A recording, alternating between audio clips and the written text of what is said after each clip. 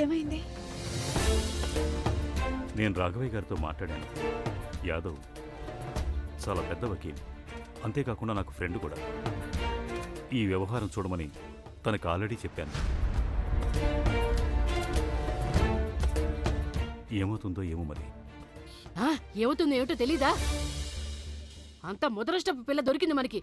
కోడలుగా వచ్చి తను ఎలాగూ పోయింది. ఇప్పుడు మనందరినీ ముంచేసి మరీ పోయింది. ఇదిగో నిరంజన్, అలా నిలబడి దిక్కులు చూస్తావే, బయటికి వెళ్ళాక ఏమవుతుందో తెలుసా? చెప్పు దెబ్బలు కొడతారు, నీచమైన కుటుంబం అని దుమ్మెత్తి పోస్తారు. అత్తయ్య, ఇక ఊరుకోండి. ఎలా ఊరుకోరు కోడలా? అమ్మా ప్లీజ్ అమ్మా. జాహ్నవి ఇప్పుడు ఈ లోకంలోనే లేదు.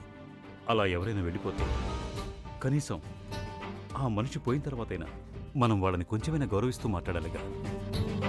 జాహ్నవిని ద్వేషిస్తూ మరొక మాట అన్నా మన కష్టాలు మరింత పెరగచ్చు.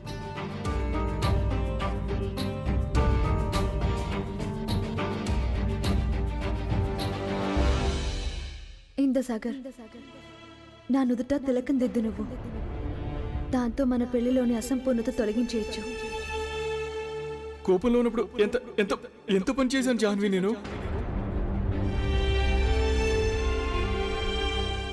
ఇది నా ప్రేమ సాగర్, నీ మీద ప్రేమ. నీకేమైనా పిచ్చి పట్టిందా? లేదు, నువ్వు కూడా తనతో కలిసిపోయావు, తనతో చేతులు కలిపావు. మీరిద్దరూ కలిసిపోయి నన్ను నాశనం చేయాలనుకుంటున్నారు. ఇది రొటీన్ చెకప్ కదా, ప్రతి వారం చేయించుకోవాలి. నేను చేయించుకోను. Calm down Janhavi, calm down. నేను చెప్పేది ఒకసారి. కాలేదని చెప్తున్నాను కదా.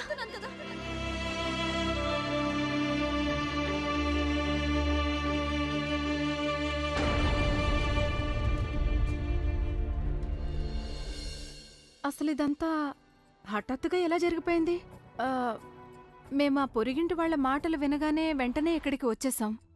అవునులే, నోటికొచ్చినట్టు మాట్లాడడానికి పొరుగు వాళ్ళకి ఇప్పుడు ఒక సాగు దొరికిందిగా. అసలు ఎవరైనా అనుకోగలరా ఇంత పెద్ద చతుర్వేదుల వంశానికి ఇంత పెద్ద మచ్చొచ్చి పడుతుందని? కోడలి పిల్లేమో ఆత్మహత్య చేసుకుంది, ఆ పోలీసులేమో మొత్తం కుటుంబాన్ని తీసుకుపోతారా? నేను ఒకటే బాధపడుతున్నాను, ఎంతో వైభవంగా సుఖంగా బతికిన ఈ కుటుంబం జైల్లో ఎలా గడుపుతారు అని. ఇక ఆప్రభా, విషయాన్ని మరీ ఇంత లాగవలసిన అవసరం లేదు. నిజమే, వాళ్ళందరినీ పోలీసులు తీసుకుపోయారు, కానీ త్వరలోనే విడుదలైపోతారు వాళ్ళు. దేవుడి దయవల్ల అలాగే జరగాలి. నేనైతే అదే వేడుకుంటున్నాను. మా ఆడపడుచు కుటుంబం తొందరగా తిరిగి వచ్చేయాలని కోరుకుంటున్నాను. మీరు గానీ ఇంతవరకు ఎవరైనా లాయర్ని కన్సల్ట్ చేశారా? అంటే నేను చెప్పేది బెయిల్ గురించి.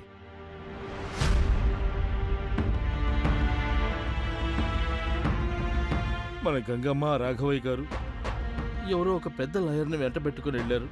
ఆ లాయర్ బాబుగారి స్నేహితుడు. అందరినీ బెయిల్ మీద విడిపించి తీసుకొస్తానని రాఘవయ్య గారు చెప్పారట.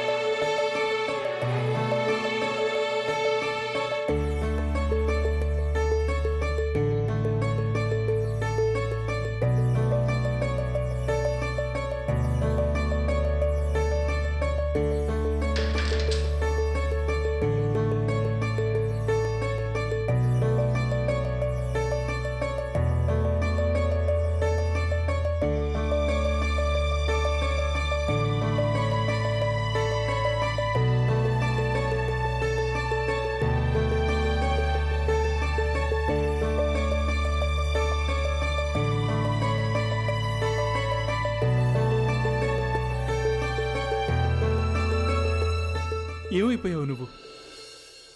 నీకు తెలుసు కదా, నువ్వు లేకపోతే పూర్తిగా నేను ఒంటరివాడిని అయిపోతాను గంగా.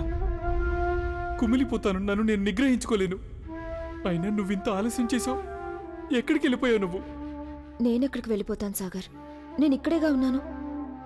అనుక్షణం నీతోనే ఉన్నాను. ఈ బాధని, కష్టాన్ని నీతో పాటు నేను కూడా అనుభవిస్తున్నాను. నీకు గుర్తుందా సాగర్, మనం ఏదైనా చెరసగం పంచుకోవాలని ఒట్టు వేసుకున్నాం. గంగా నేను ఇంకా తట్టుకోలేకపోతున్నాను. ఈ బాధనికి నేను సహించలేను గంగా. సాగర్,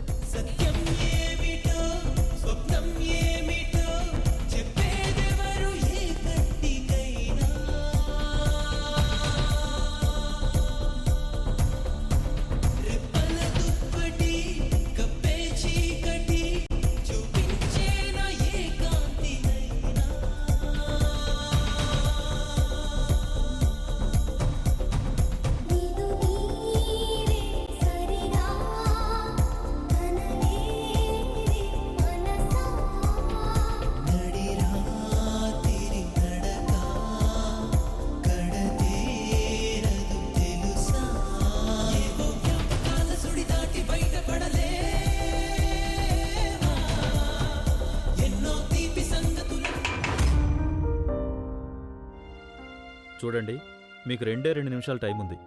తొందరగా వెళ్ళండి.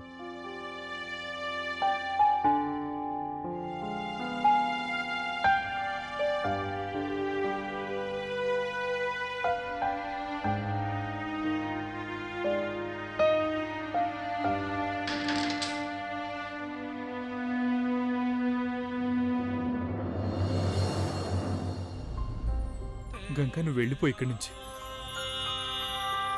తప్పు చేసింది నేను. శిక్ష కూడా నేను ఒక్కడిని అనుభవించాలి. ప్లీజ్ నువ్వు వెళ్ళి ఇక్కడి నుంచి.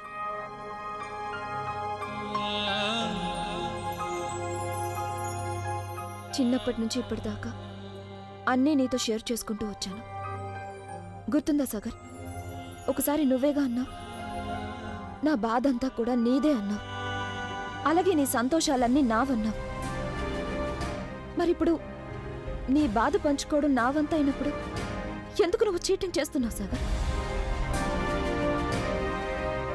ఎల్లప్పుడు నేను అదేగా చేశాను. అందరికీ అదే చేశాను. నా భార్య అయిన జాహ్నవి తన హక్కులు తనకి ఇవ్వమని అడిగింది నన్ను. కానీ నేను తనని మోసం చేశాను. నా పేరెంట్స్ విషయంలో కూడా అలాగే చేశాను. వాళ్ళ కడుపును తప్పు పుట్టాను. నిన్ను కూడా మోసమేక చేశాను. ఎప్పుడు నీతో అంటూ ఉండేవాడు నువ్వు నాకు అందరికంటే మంచి స్నేహితురాలువని. కానీ నేను ఆ స్నేహాన్ని నిలబెట్టుకోలేకపోయాను. నేను ఒక నిజమైన స్నేహితుడిగా ఉండలేకపోయాను. అందుకే నా విషయంలో ఇవన్నీ జరుగుతున్నాయి. నాకు తగిన శాస్తి జరిగింది. లేదు సాగర్, నువ్వేంటి ఎలాంటి వాడు అనేది నేను డిసైడ్ చేస్తాను, ఓకేనా? ఇప్పుడు ఈ పోరాటం కేవలం నీ ఒక్కడిదే కాదు సాగర్, ఈ పోరాటం నాది కూడా.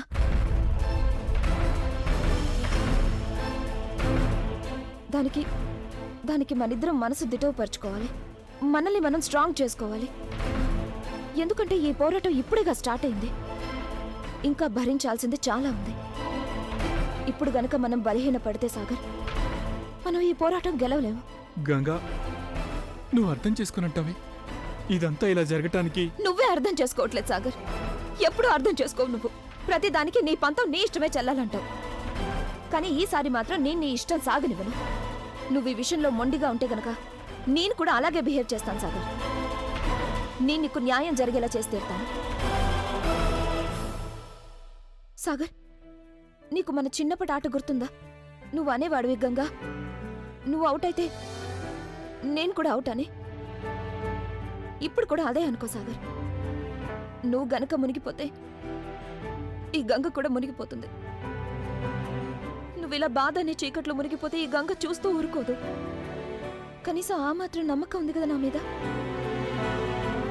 మిస్టర్ నిరంజన్ చతుర్వేది ఏదో మామూలు మనుషుల్లో ఒకడు కాదు. ఆయన హైకోర్టు జడ్జ్. ఎంతో మంది తెలుసు ఆయనకి. పెద్ద పెద్ద వాళ్లతో పరిచయం ఉంది ఆయనకి. వాళ్ళ అబ్బాయిని రక్షించుకోవడానికి ఆయన నాకంటే సమర్థుడైన మంచి లాయర్ని హైర్ చేసుకోగలడు. మరి కేసు నేనెందుకు హ్యాండిల్ చేయాలి? ఎందుకంటే సార్, జాహ్నవి రాసిన సూసైడ్ లెటర్ చదివిన తర్వాత ఏ ఒక్క వకీల్ ఈ కేసు వాదించడానికి ముందుకు రావట్లేదు. అందరూ ఒకటే అంటున్నారు, సాగర్ తప్పించుకోలేడు అని. కానీ నాకు తెలుసు సార్, సాగర్ నిరపరాధని, తను ఎలాంటి తప్పు చేయలేదని. సార్, మీరు మాత్రమే తనకి న్యాయం జరిగేలా చూడగలరు. ఎందుకంటే మీరు న్యాయం కోసం ఎంతగానో పోరాడతారు.